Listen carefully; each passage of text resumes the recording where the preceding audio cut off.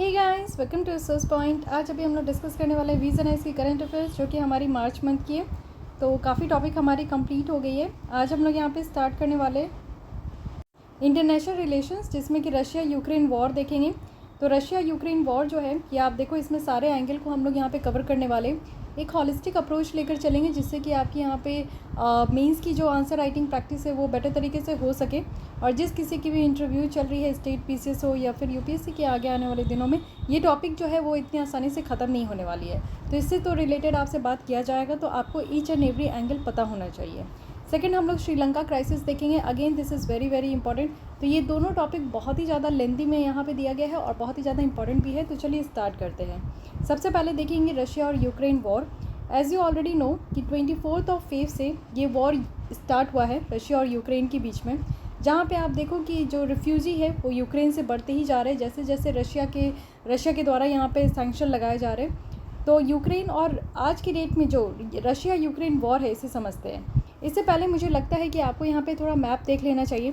Map से आप समझ पाओगे कि किस एरिया में कहाँ कहाँ प्रॉब्लम निकल कर आ रहा है। ये जो आपको पूरा एरिया दिख रहा है, दिस इज़ यूक्रेन, ओके। और यूक्रेन से आप देख सकते हो कि यहाँ पे रशिया बॉर्डर्स है। तो यूक्रेन के चारों ओर कौन कौन सी कंट्री है, ये भी थोड़ा सा ध्यान रखिएगा। एक अलग मैप में मैं आपको दिखाऊंगी। फिलहाल यहाँ पे बेलारूस दिख रहा है। चलिए पहले मैप जो है उसकी स्टडी हम लोग कर लेते हैं। सो ये जो बॉर्डर है ये हमारा यूक्रेन का है, ओके। ये आप देख सकते हो यूक्रेन से अगर हम लोग देखें तो नॉर्थ ईस्ट साइड में ये रशिया है। देन यहाँ पे नॉर्थ में आपका बेलारूस है। देन यहाँ पे अगर आप लोग वेस्ट साइड आओगे तो पोलैंड है, स्लोवाकिया एंड हंगरी है। साउथ साइड आओगे तो रोमानिया है, मालडोवो है, ठीक है। तो इतनी कंट्री हुई जो कि इसको आपका जो है सराउंड करेगी। यूक्रेन फर्स्ट 1 2 3 4 5 6 7 आपको यहाँ पे कंट्री देखने को मिलेगा।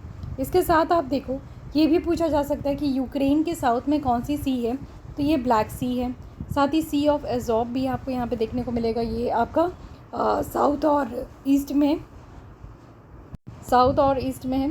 साथ ही ये नीचे वाला एरिया भी आप देखोगे कि ये क्रीमिया है। तो क्रीमिया पे भी आपको पता है कि यहाँ पे कब्जा है किसका, तो रशिया का। तो इसलिए ये भी आपको ध्यान रखना है। तो थोड़ा बहुत ये आइडिया आप लोग रखोगे यूक्रेन मैप का। अब यहाँ पे आते हैं, अब आप ये समझोगे कि रशिया ने कहाँ कहाँ यूक्रेन पे अटैक किया और कौन कौन सा एरिया आपने अंडर कर लिया है। तो सबसे पहले जो दो एरिया था जो कि बहुत हाईलाइटेड था, ये था लुहांस और डोनेस्क। तो ये दो जगह है जो कि रशिया के द्वारा इस पर हमला किया गया है और ये दोनों जगह अपने कब्जे में रखने की कोशिश की जा रही है। इससे पहले क्रीमिया को तो रशिया ऑलरेडी हथिया चुका है। उसके बाद आप देखो खेरसोन है, तो खेरसोन में भी आगे बढ़े हैं। फिर उसके बाद ये मरियोपोल है, तो इसमें भी इन्होंने यहाँ पे ये रशिया के द्वारा आप देखो कि इसमें भी कब्जा किया गया है। तो थोड़ा बहुत इसको याद रखिएगा। अब देखते हैं कि अभी के टाइम में जो यूक्रेन है और जो रशिया यूक्रेन वॉर है, ये क्या हो रहा है। तो एक स्टोरी मैं यहाँ पे आपको बता देती हूँ कि एक्चुअली लेट 1700 में अगर हम लोग देखें, जब कैथरीन द ग्रेट थे, उनके द्वारा जो प्रेजेंट आज के डेट में जो यूक्रेन टेरिटरियन है ना, वो रशियन एम्पायर के अंदर लाया गया था। तो पहले ये जो रशिया के एम्पायर के अंदर यूक्रेन था और यूक्रेन को जो रशिया एम्पायर के अंदर लाया गया था, वो कैथरीन द ग्रेट के द्वारा 1700 में लाया गया था। फिर एक ब्रीफ पीरियड आया, यानी कि ऑटोनोमस एग्जिस्टेंस। जो जितने कंट्री थे वो थोड़े थोड़े जो है, आपको पता है कि रशिया जो था वो सोवियत यूनियन था, इसमें बहुत सारे कंट्रीज़ थे। आज के डेट में सब टूट गए हैं। तो यहाँ पे क्या था कि उस समय भी धीरे धीरे क्या हुआ कि जैसे जैसे कंट्रीज़ को दिमाग आने लगा, वो थोड़ा थोड़ा अपना जो है एक स्वतंत्र रूप से ऑटोनोमस वो एग्जिस्टेंस चाहते थे। तो यूक्रेन भी यहाँ पे सोवियत यूनियन का पार्ट था। धीरे धीरे ये भी बाहर आना चाहा। तो फाइनली 1991 में क्या हुआ कि यहाँ पे सोवियत यूनियन कोलैप्स हो गया और बहुत सारे कंट्री जो है इंडिपेंडेंट तरीके से अपना जो है वो आइडेंटिटी क्रिएट किए। प्रेजेंट डे में अगर हम लोग वॉर देखें तो इसका जो जड़ है ना, वो जड़ भी इन तीनों ही पॉइंट में है। यानी कि सबसे पहले आप देखो कि रशिया बहुत बड़ा था, सोवियत यूनियन था। फिर इसमें से छोटे छोटे देश जो है वो टुकड़ों में बट गए। अब यहाँ पे यूक्रेन के द्वारा भी अटेम्प्ट किया गया कि वो अपने कल्चर टाइज, जो कि रशिया के द्वारा बनाया गया था, रशिया के साथ मिलकर उन्होंने अपनी जो है कल्चर टाइज बनाई थी, उसको भी वो एंड करना चाहते हैं। और जो ऑटोनोमस एग्जिस्टेंस है यूक्रेन का, उसको प्रोटेक्ट करना चाहते हैं। साथ ही आप देखो नाटो कंट्री की भी इन्फ्लुएंस बहुत ज़्यादा बढ़ रही थी। नॉर्थ अटलांटिक ट्रीटी ऑर्गेनाइजेशन है, इनकी भी इन्फ्लुएंस बढ़ते जा रही थी। और सोवियत यूनियन रीजन जो है यूक्रेन के साथ, ये मेजर रिमेनिंग टेरिटरी थी, जो कि डायरेक्ट यहाँ पे रशिया और नाटो का फेस ऑफ था।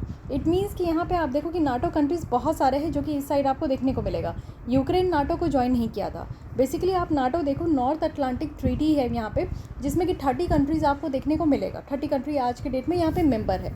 तो यूक्रेन भी चाहता था नाटो को ज्वाइन करना, बट बार बार रशिया के द्वारा ये चीज़ें रोकी जाती थी कि नहीं, यूक्रेन को ये कहा जाता था कि वो यहाँ पे नाटो को ज्वाइन नहीं करेंगे, लेकिन यूक्रेन की ये चाहती कि वो यहाँ पे नाटो को ज्वाइन करे। तो एक्चुअली जो कॉन्फ्लिक्ट है ना, वो इसी बात पे है कि यूक्रेन नाटो को ज्वाइन करना चाहता था, बट रशिया इसको अपोज करता था। ठीक है, तो ये एक प्रॉब्लम है, क्योंकि रशिया अपोज इसलिए करता था क्योंकि नाटो कंट्रीज़ जो है पूरे यूरोपियन कंट्री में आप देखो कि फैल चुके थे। अगर यहाँ पे यूक्रेन भी नाटो को ज्वाइन कर लेता, इट मीन्स कि यूएस के लिए बहुत आसान हो जाता कि वो रशिया के एकदम फेस टू फेस आके बैठ जाता, जो कि रशिया नहीं चाहता कि यूएसए जो है उसके फेस टू फेस आके बैठ जाए। दैट्स वाई ये अपोज करता था। ठीक है, अब देख लेते हैं कि प्रेजेंट पोजीशन क्या है यूक्रेन और रशिया की। तो ये देख सकते हो कि वो सुंदर से मैप का क्या हाल बना के रख दिया है इस रशिया ने। तो आप देखो कि यहाँ पे एसोसिएशन एग्रीमेंट में यहाँ पे ज्वाइन करने के लिए, जो कि यूरोपियन यूनियन के साथ है, तो ये इक्विवेलेंट है जैसे कि यूरेशियन इकोनॉमिक यूनियन है ना, जैसे रशिया से है, तो वैसे यहाँ पे यूरोपियन यूनियन है। तो पहले अर्ली इंटीग्रेशन की बात की गई, पॉलिटिकल और इकोनॉमिक रिलेशन जैसा भी यूरोपियन यूनियन के साथ है। इससे क्या होगा कि बहुत सारे जो ट्रैफिक्स है, यानी कि आप देखो सामानों का जो व्यापार होता है, ये deep and comprehensive free trade agreement के तहत इसमें जो बहुत सारा यहाँ पे टैरिफ वगैरह होता है ना, इसको कम किया जाएगा। साथ ही North Atlantic Treaty Organization membership की बात करें तो ये भी काफ़ी एसेंशियल था कि नेशनल सिक्योरिटी के लिए, यानी कि बहुत सारे जो नेशनल सिक्योरिटी पॉलिसी है, स्पेशली यानी कि जब रशिया ने क्रीमिया को अपने अधीन लिया था 2014 में, तो इसके बाद नाटो कंट्रीज़ ने अपना एक अलग से तरीके से उन्होंने अपना प्रिंसिपल बनाया। तो रशिया की अगर हम लोग बात करें तो रशिया चाहता है कि यूक्रेन जो है वो नाटो को एज ए मेंबर ज्वाइन नहीं करे। नाटो शुड रिटर्न, यानी कि 1997 का जो पोजीशन है नाटो को ये रिटर्न कर देना चाहिए, यानी कि पोजीशन बिफोर है ये, जब नाटो रशिया फाउंडिंग एक्ट ये साइन किया गया था। मार्जिनलाइजेशन है, यानी कि जो हिस्टोरिकल और कल्चर टाइज है उसमें एक मार्जिन देखने को मिलेगा। और पीपल ऑफ जो यहाँ पे रशिया आइडेंटिटी के है वो उनको स्टॉप करना है यहाँ पे, यानी कि जो रशियन आइडेंटिटी के हैं वो यहाँ पे रशिया में ही रहे। फॉर एग्जांपल आप देखो 2019 में क्या हुआ कि यूक्रेनियन जो लैंग्वेज था वो मैंडेटरी बना दिया गया पब्लिक सेक्टर वर्कर्स के लिए, यानी कि जो यूक्रेन में इस्तेमाल होने वाला जो भाषा था वो मैंडेटरी था कि पब्लिक सेक्टर वर्कर्स जो है वो इसको एज ए स्पेशल स्टेटस जैसा यूज़ करे। ऑल्सो जो रशियन लैंग्वेज है उसको यहाँ पे जो माइनॉरिटी लैंग्वेज है ना उसके एक्सेप्शन में भी इंक्लूड नहीं किया गया, और ये भी एक बात है। साथ ही आप यहाँ पे देख सकते हो कि क्या हाल हो चुका है। तो यहाँ पे पहला जो कंट्री है ये एस्टोनिया है, सेकंड कंट्री यहाँ पे लातविया है, फिर यहाँ पे लिथुआनिया है, and this one is Poland, and then आप नीचे आओगे तो ये चेक Republic and Slovakia, then Hungary, Romania, 8 हो गया, 9 यहाँ पे स्लोवेनिया हो गया, देन क्रोएशिया है। तो ये आप लोग जो नियर बाई कंट्रीज़ है ना उसको भी ध्यान में रखते हुए चलिए। ठीक है, अब यहाँ पे देखते हैं कि रिस्पॉन्सेज टू द वॉर क्या है, यानी कि वॉर को कैसे यहाँ पर रिस्पॉन्स किया जा रहा है। तो मीन्स एग्रीमेंट जो है फेल्योर है, जिसके कारण एक कंक्लूजन निकल कर आया है जियो पॉलिटिकल टेंशन जो कि रशिया और यूक्रेन के बीच में चल रहा है। तो एक्चुअली आज के डेट में क्या ज़रूरत है, तो आज के डेट में ये ज़रूरत है कि एक परमानेंट पीसफुल सोल्यूशन हो। इट मीन्स कि शांतिपूर्ण जो है एक परमानेंट तरीके का यहाँ पे सोल्यूशन की ज़रूरत है। बट जो वर्ल्ड है, जो दुनिया है, वो इसको और ज़्यादा डिवाइडेड देख रही है कि आगे चल कर जो है ये और ज़्यादा डिवाइडेड होने वाला है। रिस्पॉन्स अगर हम लोग वेस्टर्न नेशन की तरफ से देखें कि वेस्टर्न नेशन का क्या कहना है, तो जैसे जैसे यूक्रेन जो है अगर ये नाटो अगर नाटो कंट्रीज़ की मेंबर बन जाता है तो जो रिस्पॉन्स यहाँ पे यूएस और यूरोपियन अलाइज के द्वारा है वो यहाँ पे क्या है कि सैंक्शन लगेगा, यानी कि रशिया के अगेंस्ट में। साथ ही मिलिट्री हार्डवेयर भी प्रोवाइड किया जाएगा, कैश प्रोवाइड किया जाएगा, डिप्लोमेटिक सपोर्ट भी दिया जाएगा यूक्रेन को। तो आप देखते हो कि अगर यूक्रेन जो है नाटो को ज्वाइन कर लेता है तो यूक्रेन को यहाँ पर फ़ायदा है। साथ ही रिजोल्यूशन अगेंस्ट रशिया भी है, जैसे कि आप देखो यूनाइटेड नेशन जनरल असेंबली में है, यूनाइटेड नेशन सिक्योरिटी काउंसिल में है, इंटरनेशनल एटॉमिक एनर्जी एजेंसी में है। और ये सैंक्शन का यूज़ करना डिप्लोमेसी का, इससे क्या है कि दूसरे कंट्रीज़ में जैसे कि इंडिया है इनके ऊपर काफ़ी प्रेशर पड़ता है। आपको पता है कि बार बार क्या होता है कि दो कंट्री आपस में लड़ जाते हैं और एक कंट्री दूसरे कंट्री के ऊपर सैंक्शन लगा देती है, तो अल्टीमेटली इम्पैक्ट किसके ऊपर देखने को मिलता है, तो इंडिया के ऊपर देखने को मिलता है। फिर यही होने वाला है। मिंस्क एग्रीमेंट यहाँ पे 2014 में हुई थी और मिंस्क एग्रीमेंट 2015 में हुई थी। तो मिंस्क एग्रीमेंट अगर जो 2014 में हुई थी उसमें अगर हम लोग देखें तो यहाँ पे 12 पॉइंट सीज फायर एग्रीमेंट कहा गया है, यानी कि यहाँ पे जो दोनों युद्ध है उसको युद्ध जो है उसको दोनों तरफ से शांत करने के लिए यहाँ पे 12 पॉइंट में 12 बिंदु में यहाँ पे एग्रीमेंट हुआ है, जो कि रशिया और Ukraine Organization for Security and Cooperation in Europe के बीच में ये साइन हुआ था बेलारूस में। अगेन ये नेक्स्ट ईयर 2015 में मिंस्क एग्रीमेंट सेकेंड आया, जिसको यहाँ पे नॉर्मैंडी 4 कहा गया, और ये साइन हुआ था फ्रांस, जर्मनी, यूक्रेन और रशिया के बीच में। जब यहाँ पे पहला एग्रीमेंट यहाँ पे फेल हो गया था ना, तब नेक्स्ट ईयर यहाँ पे दूसरा एग्रीमेंट लाया गया। राइट। यहाँ पे क्या मिला कि 13 पॉइंट पैकेज मिला, जिससे कि यहाँ पे मिन्स्क एग्रीमेंट को इम्प्लीमेंटेशन मिल गया था। आगे चलते हैं, हमारी क्या रिस्पॉन्स है ये समझ में आना चाहिए आप लोगों को कि इंडिया और रशिया और यूक्रेन की लड़ाई है उसमें इंडिया का क्या रिस्पॉन्स है। तो हम लोग क्या कर रहे हैं कि एक इंडिपेंडेंट रिस्पॉन्स जो है वो मेंटेन कर रहे हैं। इट मीन्स कि हम लोग नेशनल इंटरेस्ट और प्रिंसिपल को देखते हुए हम लोग यहाँ पे काम कर रहे हैं, ना कि किसी भी कंट्री के द्वारा जो प्रेशराइज़ किया जा रहा है उस पर हम लोग फोकस कर रहे हैं। तो हम लोग बेसिकली यहाँ पे इंडिपेंडेंट तरीके से काम कर रहे हैं। इंडिया के द्वारा एब्सटेन किया गया, यानी कि आप देखो कि सारे रेजोल्यूशन में हमने वोटिंग करने से मना कर दिया। ये जो प्रिंसिपल है ये काम कर रहा है एक सेफ़ और सस्टेनेबल सोल्यूशन की तरफ। और साथ ही आप देखो कि यहाँ पे जो ह्यूमैनिटेरियन रिलीफ देना है, असिस्टेंस देना है लोगों को, उसके बेसिस पे हम लोग काम कर रहे हैं। इंडिया के द्वारा आप देखो 19 टन्स ऑफ ह्यूमैनिटेरियन असिस्टेंस जो है वो यूक्रेन को भी भेजा गया। एक्चुअली क्या है कि हम लोग ऐसा नहीं कह रहे, हम लोग किसी भी कंट्री का साथ नहीं दे रहे हैं कि हाँ यूक्रेन ने सही किया, रशिया ने गलत किया, ऐसा कुछ भी नहीं कह रहे। बट हाँ, on the basis of humanitarian basis, क्योंकि आपको पता है कि हम लोग जो है इंडिया चाहे किसी भी कंट्री में कुछ भी हो, जैसे आप श्रीलंका में भी देख लो, अभी हम लोग आगे देखेंगे, वहाँ पे भी हमारा सपोर्ट जो है वो ह्यूमैनिटेरियन बेसिस पे ही हुआ। इट मीन्स कि हम लोग को इंसानियत के नाते जो है थोड़ा बहुत जो रिलीफ प्रोवाइड करना चाहिए, हम लोग वही काम करते हैं। बाकी आप लोग को आपस में लड़ना है, मरना है, जो करना है आप लोग के ऊपर डिपेंड करता है। तो ये हमारी इंडिपेंडेंट सोच है, ठीक है। साथ ही हमारे द्वारा यहाँ पे एक स्ट्रैटेजिक ऑटोनॉमी जो है ये हाईलाइट किया गया कि अब यहाँ पे देखिए 2 देश लड़ते हैं तो वो लड़ाई सिर्फ 2 देशों के बीच में नहीं होती, पूरे वर्ल्ड में ये इसका इम्पैक्ट देखने को मिलता है। तो आप लोग लड़ो ना, आप लोग दूसरे को क्यों, अपने पड़ोसियों को यहाँ पे और दूर दूर दराज जो बैठे हुए कंट्रीज़ है उनको क्यों परेशान कर रहे हो, तो ये कहना है। लेकिन हमारी जो रिस्पांस है, यानी कि हम लोग एक इंडिपेंडेंट रिस्पांस लेकर चल रहे हैं, साथ ही हम लोग किसी का साथ नहीं दे रहे हैं, तो इसके क्या चैलेंजेस हैं। देखिए इससे क्या होगा कि यूनाइटेड नेशन सिक्योरिटी काउंसिल्स जो है, यानी कि सेक्रेटरी जनरल जो है, इनके द्वारा इंडिया की एफर्ट्स जो है उसको प्रेज़ किया गया। यानी कि हमने जिस तरीके से यहाँ पे काम किया उसे सराहाया गया। क्यों? क्योंकि एक रिस्पेक्ट है, यानी कि नेशन अक्रॉस द बोर्ड, यानी कि आप देखो कि जो भी कंट्री है उनके लिए एक रिस्पेक्ट है, एबिलिटी है कि हम लोग यहाँ पे दोनों साइड में रिच कर सकें। साथ ही यहाँ पे अपनी ही तरफ से एक चैलेंज निकल कर आया है, वो भी ग्लोबली इंडिपेंडेंट वर्ल्ड में। सबसे पहला क्या है कि क्लोजनेस विद यूएसए। यहाँ पे आप देखो कि हम लोग जो है यूएसए के साथ हमारी क्लोजनेस है, बहुत सारी हम लोग जो है एग्रीमेंट भी साइन किए हैं। 4 फंडामेंटल जो एग्रीमेंट है यूएसए का उसको भी हमने साइन करके रखा है। तो हमारी जो रिलेशनशिप यूएसए के साथ है वो काफ़ी बेटर है। तो इंडिया और यूएसए जो है एक कॉमन अंडरस्टैंडिंग को शेयर करते हैं बहुत सारे स्ट्रैटेजिक इशूज़ में। मेनली आप देखो जो ईस्टर्न साइड इंडिया का, सच एज़ जो यहाँ पे आपका इंडो पैसिफिक ओशन है, जिसमें क्या हमारा क्वाड का फॉर्मेशन हुआ। अब आपको पता नहीं है कि क्वाड में 4 कंट्री कौन कौन सी है, और क्वाड में 2+2 डायलॉग हुआ था, तो अभी कहाँ हुआ था और कौन कौन से 2 जो है यहाँ पे अथॉरिटी इसमें पार्टिसिपेट किए थे। साथ ही आप देखो कि वाइटल इंपोर्ट आइटम्स भी हम लोग सप्लाई करते हैं। यूक्रेन और रशिया की वॉर अगर हम लोग देखें और जिस तरीके से यहाँ पे सैंक्शन लगाया जा रहा है रशिया के अगेंस्ट में, तो ये काफ़ी डिफ़िकल्ट हो जाता है हमें यानी कि इंडिया को कि हम लोग एक अच्छी रिलेशन बना सके दोनों कंट्रीज़ के साथ। तो देखिए दो अगर दुश्मन आपस में लड़ते हैं तो तीसरा व्यक्ति जो है ये समझ में नहीं आता कि साथ किसको देना चाहिए।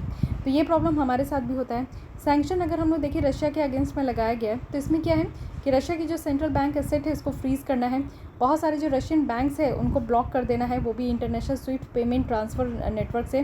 साथ ही रशिया की जो एयरलाइंस है उसको रोका गया है, यानी कि यूरोपियन यूनियन कंट्रीज़ के ऊपर से नहीं जाना है। यूके कंट्री हो गया, यूएस हो गया और कनाडा हो गया। इट मीन्स कि इस तरीके का जो वॉर किया गया, युद्ध किया गया, अटैक किया गया यूक्रेन के ऊपर, तो रशिया के अगेंस्ट में बहुत सारे सैंक्शन लगे, ठीक है। अब आर्म्स ट्रेड अगर हम लोग रशिया के साथ देखें तो रशिया आज भी आप देखो कि एक मेजर सप्लायर है, यानी कि आर्म्स का हम लोग जो है जितने भी हथियार वगैरह खरीदते हैं तो वो रशिया से ही खरीदते हैं। बट इस तरीके के जो वॉर है ना, वो यहाँ पे यूएस थ्रेट को बहुत ज़्यादा एक बार और यहाँ पे उजागर कर दिया है हमारा कार्डसा एप्लीकेशन को लेकर। तो 4 फंडामेंटल जो हमने यहाँ पे एग्रीमेंट साइन किया था उसमें से एक कार्डसा है।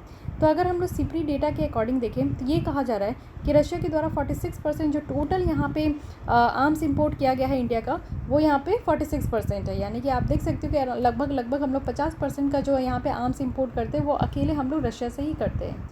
अब देखते हैं कि अमेरिका की जो एडवर्सरीज़ है उसको काउंटर करते हुए, यानी कि जो यहाँ पे हमारा सैंक्शन एक्ट था कार्डसा 2017 का, इसको अगर हम लोग देखते हुए यहाँ पे समझे कि क्या बातें की जा रही हैं, तो ये एक यूएस फेडरल लॉ है जो कि 2017 में पास किया गया और जिससे आप देखो कि सैंक्शन लगाया गया था, चाहे वो ईरान हो, नॉर्थ कोरिया हो या फिर रशिया हो। तो वही अगर हम लोग यूएसए पर्सपेक्टिव से देखें तो इसका एम है कि जो ईरान की डिस्टेबलाइजिंग एक्टिविटीज़ है उसको काउंटर करना। इट मीन्स आज के डेट में आप देख सकते हो कि ईरान भी किसी का सुनने के लिए रेडी नहीं है। अपना जो उनका न्यूक्लियर टेस्ट है वो यहाँ पे चालू कर दिया गया है। यूरेनियम को ज़्यादा से ज़्यादा जो है वो इनरिच करने का कोशिश कर रहे हैं, जिससे कि ज़्यादा से ज़्यादा वो बेटर यहाँ पे हथियार वगैरह बना सके। तो यहाँ पे क्या हो गया है कि सैंक्शन लगाया गया है बहुत बार ईरान में, नॉर्थ कोरिया में। तो अब क्या है कि यहाँ पे ईरान की जो एक्टिविटीज़ है, डिस्टेबलाइज करना एक्टिविटीज़, तो इसको काउंटर किया जा रहा है। सेकेंड है कि रशिया का जो इन्फ्लुएंस है यूरोप और यूरेशिया में, इसको काउंटर किया जा रहा है। कोरियन इंटरडिक्शंस और मॉडर्नाइजेशन ऑफ सैंक्शन, अगर हम लोग देखें कि जिस तरीके का सैंक्शन लगाया जा रहा है उसको मॉडर्नाइज भी करने की बात की जा रही है। तो इस लॉ के तहत अगर हम लोग देखें तो यूएस के द्वारा यहाँ पे स्ट्रिक्ट सैंक्शन लगाया गया है कंट्रीज़ के ऊपर, जो कि अगर डिफेंस हार्डवेयर अगर रशिया से खरीदते हैं ना, तो उस कंट्री के ऊपर सैंक्शन लगाया गया है। ठीक है, फॉर एग्जांपल आप देखो कि ये टर्की के ऊपर भी सैंक्शन लगाया गया ऑन परचेज ऑफ S-400, जो Trump surface to air missile defence अगर हम लोग यहाँ पे रशिया से खरीद रहे हैं, तो टर्की के ऊपर भी ये सैंक्शन लगाया गया है कि आप रशिया से नहीं खरीद सकते। इंडिया के द्वारा भी आप देखो कि हम लोग भी इस तरीके का जो है थ्रेट वो भी हम लोग यहाँ पे फील कर रहे हैं कि हमें भी कहा जा रहा है कि हम लोग तो बहुत सारे हथियार जो है, यानी कि 50% के अराउंड हम लोग जो हथियार खरीदते हैं वो रशिया से खरीदते हैं, बट हमें भी इस तरीके का मना किया जा रहा है कि हम लोग को हथियार नहीं खरीदना है। तो देखते हैं कि कैसे क्या होता है, यानी कि जो अमेरिका का ये कार्डसा एक्ट है उसके अकॉर्डिंग आप देख सकते हो कि यहाँ पे अमेरिका के द्वारा ये सैंक्शन लगाया जाता है। तो इसको भी देखते हैं कि किस तरीके से फॉलो किया जाएगा। सेकेंड यहाँ पे है कि ग्लोबल जियोपॉलिटिकल चेंजेस और इंडिया। तो जो जिस तरीके से रशिया और यूक्रेन की युद्ध चल रही है, इससे आप देखो कि लॉन्ग हेल्ड जो वेस्टर्न वर्ल्ड ऑब्सेशन है रशिया के अगेंस्ट में, वो चलेगा। यहाँ पे अगर हम लोग देखें तो पॉलिटिकल चेंजेस और थ्रेट क्या है डिफरेंट रीजन में, इसको समझने का कोशिश करते हैं। जैसे यूरोप के अगर हम लोग देखें तो यूरोप का जो रिलेशन था वो यहाँ पे अफ्रीका और एशिया पैसिफिक में और ज़्यादा बढ़ने वाला है, क्योंकि आप देखो कि जब तक प्रॉब्लम ना होना तब तक लोग ऑल्टरनेटिव की तरफ सोचते भी नहीं हैं। तो अभी देखिए कि रशिया की तरफ से ये प्रॉब्लम देखने को मिला है, तो यूरोप कंट्री सोच रहे हैं कि नहीं, अब रशिया के साथ यहाँ पे व्यापार नहीं करना है, अब थोड़ा अफ्रीकन कंट्रीज़ देख लेते हैं, एशिया पैसिफिक कंट्रीज़ देख लेते हैं। कॉकस और यहाँ पे सेंट्रल एशिया की बात करें तो जो यहाँ पे रशिया और यूक्रेन की जो क्लोज नेबर है, वहाँ से आप देखो कि ट्रेड करना काफ़ी डिफ़िकल्ट हो गया है।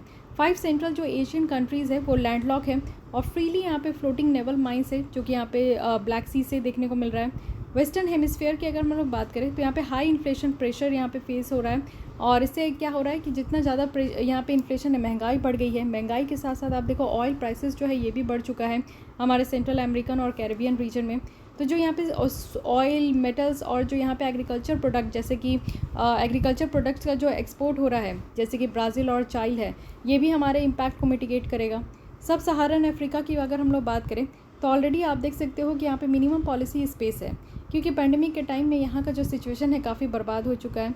ये लोग जो है वीट इंपोर्ट जो भी रशिया से होता है और यूक्रेन से होता है उसके ऊपर डिपेंडेंट है। और यूक्रेन भी आप देखो कि यहाँ पे सोशियो इकोनॉमिक जो प्रेशर है इसमें बहुत ज़्यादा आगे चल के जो है यूक्रेन के ऊपर भी इंटेंसिफाई होने वाला है, कि जो सोशियो इकोनॉमिक प्रेशर है उसको बेटर तरीके से हैंडल कर सके। इट मीन्स कि जो सोशल लेवल पे जो यहाँ पे प्रॉब्लम अराइज हो रही है, जो इकोनॉमिक लेवल पे यहाँ पे प्रॉब्लम अराइज हो रही है, उसको यहाँ पे टैकल करने के लिए यूक्रेन के ऊपर भी यहाँ पे प्रॉब्लम आएगी।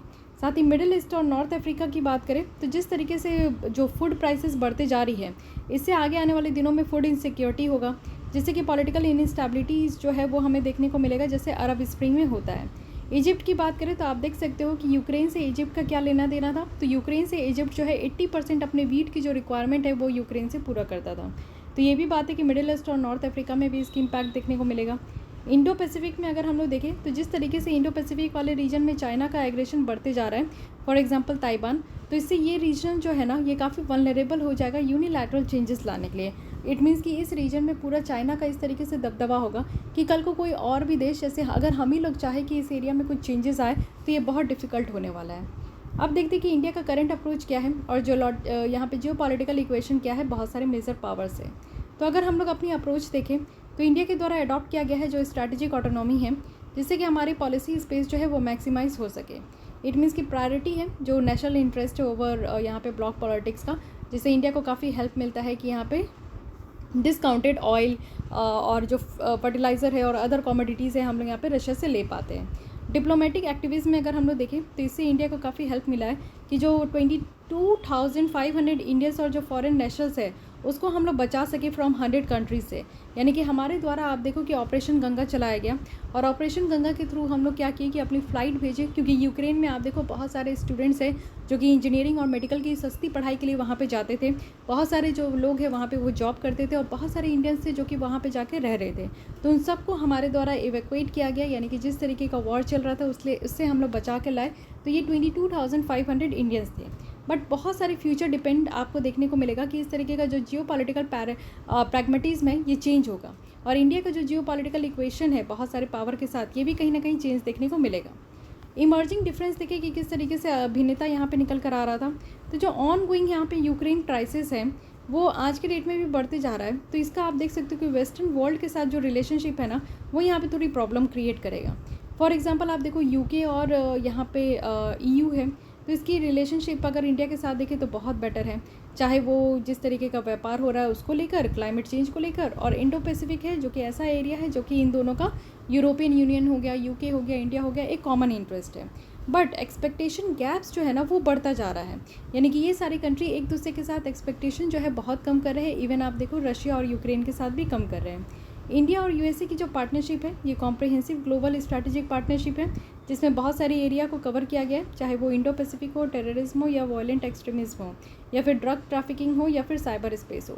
तो ये सारे डिफरेंट एरिया है जहाँ पे आप देख सकते हो कि यहाँ पे इंडिया और यूएसए का जो पार्टनरशिप है ये काफ़ी ज़्यादा अच्छा है। उसके बाद अगर हम लोग देखें जो डिज़ायर और डायनेज में है, जिससे कि हम लोग ये सारे डिफरेंसेस को एकोमोडेट करें, तो ये भी एक अच्छा खासा रोल प्ले करता है हमारे इक्वेशन जो कि वेस्टर्न वर्ल्ड के साथ है, स्पेशली तब जब यहाँ पे रशिया जो है वो टाइम टेस्टेड फ्रेंड है, यानी कि टाइम मिला तब हम लोग यहाँ पे जिस तरीके का हमारे देश में प्रॉब्लम आई तो उस समय हम लोग ये समझ सकते हैं कि हमारे जो है दोस्त कौन है, हमारे साथी कौन है। तो जब आप पे भी प्रॉब्लम आती है तो आपको भी समझ में आता है कि आपके अपने कौन है। वैसे आपकी खुशी में तो हर कोई शरीक हो जाते हैं, बट दुख में जो साथ देते हैं वही असली है। तो वही चीज़ है यहाँ पे भी। अब यहाँ पे थर्ड एंगल हम लोग देखते हैं कि सोशियो इकोनॉमिक इम्पैक्ट क्या हुआ इस युद्ध का। ट्रेडिशनली अगर हम लोग देखें तो इस वॉर के कारण, इस युद्ध के कारण काफ़ी हमारे देश में और पूरे वर्ल्ड वाइड ये डैमेज हुआ है। इकोनॉमिक पॉइंट ऑफ व्यू से आप देखो तो जीडीपी लॉस हो गई है। जीडीपी कहने का मतलब है कि total production of goods and services with in a financial year and with in a country boundary, एक साल के अंदर, यानी कि financial year which starts from 1 April and ends on 31 मार्च। तो ये जो फिनेंशियल ईयर है, इस फिनेंशियल ईयर के तहत जो हमारे देश की जो टेरिटरी है उसके तहत total production of goods and services कितनी है उसको हम लोग जीडीपी कहते हैं। तो यहाँ पे ऑब्वियस है कि कुछ प्रोडक्शन हुआ नहीं, मैन्युफैक्चर हुआ नहीं, तो जीडीपी कम हो गई। हाई इन्फ्लेशन हो गया, यानी कि यहाँ पे आप देखो कि सामान जो है कम अवेलेबल हो पा रहे थे, तो as per the supply needs demand पूरी नहीं हो रही है, तो ऑब्वियस है कि इन्फ्लेशन हाई होगी। राइज इन डेट है, जो लोग कर्ज ले रहे हैं वो ज़्यादा से ज़्यादा बढ़ते जा रहा है। हमारे बिल्डिंग और इंफ्रास्ट्रक्चर को भी डैमेज देखने को मिलेगा। सोशियो कल्चर की बात करें तो यहाँ पे लॉस ऑफ एजुकेशन है, क्योंकि आप देख रहे थे कि वहाँ पे एजुकेशन जो है वो बहुत बेटर तरीके से प्रोवाइड किया जा रहा था। तो शिक्षा की कमी होगी, हेल्थ की कमी होगी और कल्चर हेरिटेज की भी कमी होगी, क्योंकि बहुत सारे कल्चर हेरिटेज आप देखो कि यहाँ पे युद्ध वगैरह में जो है बहुत सारे टूट गए और ब्लास्ट भी हो गए। साइकोलॉजिकल इम्पैक्ट अगर हम लोग देखें तो ये ह्यूमन और मतलब कि आप समझो कि ये ऐसा वॉर है जो सामने से देख रहे हैं, इट मीन्स कि जो लोग वहाँ से भाग के आए हैं उनके माइंड में ये इम्पैक्ट हो गया, वो कभी भूल नहीं पाएंगे। साथ ही हम लोग भी कभी नहीं भूल पाएंगे कि इतनी लंबी वॉर हुई, वो भी रशिया के द्वारा। तो इसलिए ये क्या है ना कि एक साइकोलॉजिकल इम्पैक्ट हमारे माइंड में भी दे चुका है। But in modern interconnected world में देखें तो जो रशिया और यूक्रेन वॉर का जो यहाँ पे इम्पैक्ट है वो पूरे ऑल ओवर द वर्ल्ड रहेगा। और इंडिया भी आप देखो कि ये अनटच्ड है, यानी कि ऐसा नहीं है हम लोग जो है ये जिस तरीके का सोशियो इकोनॉमिक इम्पैक्ट है जो फील किया जा रहा है इससे हम लोग अनटच्ड है, तो ऐसा तो है नहीं। ऑयल प्राइसेस यहाँ पे आज के डेट में आप देखो कि तेल की दाम बढ़ गई है, तो जो रशिया के ऊपर सैंक्शन लगा है, यानी कि यहाँ पे ऑयल प्राइस को परचेज़ करना टू अबव $100 पर बैरल, तो ये भी हमारे यहाँ पे आप देख सकते हो कि ऑयल प्राइसेस राइज होने से इसको वार्न किया गया है। विद इंडिया अगर हम लोग देखें जो कि थर्ड लार्जेस्ट ऑयल इंपोर्टर है, यानी कि चाइना और यूएस के बाद हम लोग सबसे ज़्यादा ऑयल इंपोर्ट करते हैं, तो हर एक $1 प्राइस जो है वो राइज़ हो रहा है। इट मीन्स कि पहले क्या था कि अगर $1 के बराबर हमें 70 रुपीज़ पे करनी थी, तो नाउ आफ्टर द वॉर हमें $1 के बराबर जो है यहाँ पे 85 रुपीज़ पे करनी पड़ रही है। तो आप समझ सकते हो कि $1 पे हमारा 15 रुपीज़ का यहाँ पे घाटा है। तो यही चीज़ें यहाँ पे देखने को मिलेगा। साथ ही गैस प्राइसेस भी आप देख सकते हो कि गैस प्राइसेस भी इंक्रीज़ हो चुका है 50% तक। जो आप गैस सिलेंडर लेते थे पहले एक समय था कि 600-700 में आता था, बट आज की डेट में आप देखो तो ये 1200-1400 में आ रहा है। एग्रीकल्चर पॉइंट ऑफ व्यू से देखें तो रशिया और यूक्रेन का जो है मेजर ग्लोबल सप्लाईज रहा है बहुत सारे कमोडिटीज़ को लेकर। तो रशिया में आप देखो 15% ग्लोबल नाइट्रोजनस फर्टिलाइज़र ट्रेड है, 17% यहाँ पे पोटास फर्टिलाइज़र ट्रेड है। तो ये चीज़ें आप देख सकते हो कि यहाँ पे ग्लोबल इम्पैक्ट क्या हुआ। तो लॉस ऑफ जीडीपी हुई, हाई इन्फ्लेशन हुआ, सिग्निफिकेंट साइकोलॉजिकल और हेल्थ कॉस्ट हुए, डिक्लाइन हुआ जिस तरीके से वर्किंग पॉपुलेशन इनोवेशन है। साथ ही नेशनल डेट जो है हमारे देश का जो कर्ज है वो यहाँ पे आप देखो कि बढ़ता गया। साथ ही डैमेज हुआ बहुत सारे बिल्डिंग इंफ्रास्ट्रक्चर, क्योंकि बॉम्ब ब्लास्ट वगैरह किया जा रहा है। अब यहाँ पे हम लोग देख सकते हैं कि डिफरेंट यहाँ पे क्रॉप है। जैसे कौन है, तो red one is Russia and Ukraine है। तो इसमें बताया जा रहा है कि ग्लोबल प्लेयर्स कौन कौन से देश है यहाँ पे। तो कौन की बात करें तो ऑब्वियस है कि यहाँ पे यूक्रेन का बेटर यहाँ पे परफॉर्मेंस है। कालजा यहाँ पे सीड्स की बात करें तो अगेन यहाँ पे यूक्रेन आता है। बार्ली की बात करें तो यूक्रेन आता है। वीट है तो यूक्रेन यहाँ पे कम हो गया, और वीट है तो यहाँ पे आप देख सकते हो कि रशिया आगे आ गया। और हाँ, बार्ली में भी रशिया 1 पॉइंट से आगे हो गया, तो इसको ध्यान रखना है। साथ ही अगर हम लोग सनफ्लावर और ऑयल सीड्स देखें तो ये आप देख सकते हो कि यूक्रेन 36 नंबर पे है, और यहाँ पे जो यूएस है वो 17 नंबर पे है। मेटल्स की बात करें तो रशिया जो है वो मेजर प्रोड्यूसर है टाइटेनियम और पैलेडियम, स्कैंडियम, ये सब का, और डायमंड वगैरह का भी। बट जैसे जैसे वॉर हो रहा है, सैंक्शन हो रहा है, तो ये नेगेटिव इम्पैक्ट हमारे देश की जो डायमंड इंडस्ट्री है उसके ऊपर हो रहा है। ठीक है, एक्सपोर्ट अगर हम लोग यहाँ पे कंसर्न देखें तो रशिया और यूक्रेन जो है वो मेजर एक्सपोर्ट डेस्टिनेशन है। हमारे यहाँ से जो फार्मास्यूटिकल इंडस्ट्री है जिसमें कि जेनरिक मेडिसिन वगैरह बनती है, जो कम सस्ते दाम में जो इस तरीके की मेडिसिन आती है, तो उसको हम लोग बहुत ह्यूज नंबर पे रशिया और यूक्रेन को एक्सपोर्ट करते हैं, तो उसके ऊपर भी इम्पैक्ट देखने को मिलेगा। अब वे फॉरवर्ड में बताया जा रहा है कि wisdom is to live in tune with the mode of changing world. तो यहाँ पे कहा जा रहा है कि जो ग्लोबल इम्पैक्ट हुआ है, जिस तरीके से पूरे देश में इसका इम्पैक्ट देखने को मिला है रशिया यूक्रेन वॉर का, तो ये हमें ये बताता है कि हाईली पैराडॉक्सियल वर्ल्ड है जिसमें कि स्ट्रॉन्ग इंटरडिपेंडेंस की ज़रूरत है। ठीक है, तो स्ट्रॉन्ग होना चाहिए, साथ ही इंटरडिपेंडेंस है कि एक कंट्री दूसरे कंट्री के साथ जो है वो निर्भर है। तो यहीं पे अगर हम लोग देखें तो हमारे देश को क्या करने की ज़रूरत है कि हम लोग जिस तरीके से ग्लोबल अपहील हो रहा है, जिस तरीके से लोग लड़ रहे हैं, 2 कंट्री लड़ रही है, उससे हम लोग को यहाँ पे सीखने की ज़रूरत है और उसी में जीने की ज़रूरत है। तो यहाँ पे कहा जा रहा है कि सबसे पहले फिनेंशियल वॉलेटिलिटी को हम लोग को हैंडल करना होगा, क्योंकि अचानक से आप देखो कि यहाँ पे सप्लाई रिक्वायरमेंट मीट नहीं हुई, तो जिसके कारण हमारा जो है प्राइस इंक्रीज़ हो गया, यहाँ पे इन्फ्लेशन लाइक सिचुएशन आ गई। साथ ही जो सोशल इम्पैक्ट है उसको हम लोग को ओवरकम करना होगा, यानी कि ओवरऑल प्रॉस्पेरिटी देने की ज़रूरत है। किसी एक सेक्शन को यहाँ पे पैसे देने की ज़रूरत नहीं है, ओवरऑल यहाँ पे पैसे रिलीज़ करने की ज़रूरत है। ओके, फिर रिडक्शन आप देख सकते हो, यानी कि जो डिपेंडेंस है अदर नेशन के ऊपर, चाहे वो डिफेंस का है, क्रिटिकली सप्लाई नीड का है, तो ये भी कम हो पाएगा। सब कंट्री को आत्मनिर्भर बनने की ज़रूरत है। हम लोग तो कोविड में ही सीख लिया आत्मनिर्भर बनना। Work towards end of cold war mentality. तो देखिए ये जो कोल्ड वॉर चलता है ना, इस तरीके का मेंटालिटी हमारे देश में है, तो इसको कम करने की, ख़त्म करने की ज़रूरत है। साथ ही building upon the United Nation charter, जो यूएन का चार्टर है उसमें हम लोग को यहाँ पे काम करना है। इंटरनेशनल लॉ और जो रिस्पेक्ट सॉवरेनिटी, टेरिटोरियल इंटीग्रिटी का, इस पर हम लोग को काम करने की ज़रूरत है। अब यहाँ पे कहा जा रहा है यूनाइटेड नेशन चार्टर का क्या जो प्रियम्बल है, दिस इज़ वेरी इंपॉर्टेंट, एक बार देख लीजिए। We the peoples of United Nation, हमारी जो प्रियम्बल है उसमें क्या है, वी द पीपल ऑफ, ठीक है, वी द पीपल, और यहाँ पे है we the people of the United Nation determine, कि हम लोग यहाँ पे जो जनरेशन है आगे आने वाले सालों में, तो उनको हम लोग यहाँ पे सेव करें। साथ ही रीअफर्म करें जो भी फंडामेंटल ह्यूमन राइट्स में फेथ है, डिग्निटी और जो वर्थ है ह्यूमन पर्सन का, उसको हम लोग ध्यान दें। इक्वल राइट्स पे ध्यान दें कि मेन हो या विमेन हो, उनके बीच में इक्वल राइट्स होनी चाहिए। साथ ही कंडीशन भी इस्टेब्लिश करना है कि जस्टिस, यानी कि न्याय भी टाइम पे मिलना चाहिए, और जो यहाँ पे ट्रीटीज़ के द्वारा ऑब्लिगेशन अराइज हो रही है उसका भी रिस्पेक्ट करना है। साथ ही आप देखो कि हमें सोशल प्रोग्रेस और जो यहाँ पे बेटर स्टैंडर्ड ऑफ लाइफ है उसको हम लोग को प्रमोट करने की ज़रूरत है। साथ ही अगर इंड में देखें तो इंड में कहा जा रहा है कि टू प्रैक्टिस टॉलरेंस, यानी कि जो बर्दाश्त करने की क्षमता है उसको बढ़ाना होगा। लाइफ टुगेदर यहाँ पे रहना होगा शांति से हम लोग को, और साथ ही जो हमारी स्ट्रेंथ है उसको यूनाइट करने की ज़रूरत है, जिससे कि इंटरनेशनल पीस और सिक्योरिटी बने रहे। साथ ही इंश्योर करना है बाय एक्सेप्टेंस, जो कि प्रिंसिपल का है, और इंस्टीट्यूशन ऑफ मेथड्स का है। जो भी प्रिंसिपल है, जो भी सिद्धांत है, जो भी मेथड है, तौर तरीके है, उसे एक्सेप्ट करने की ज़रूरत है।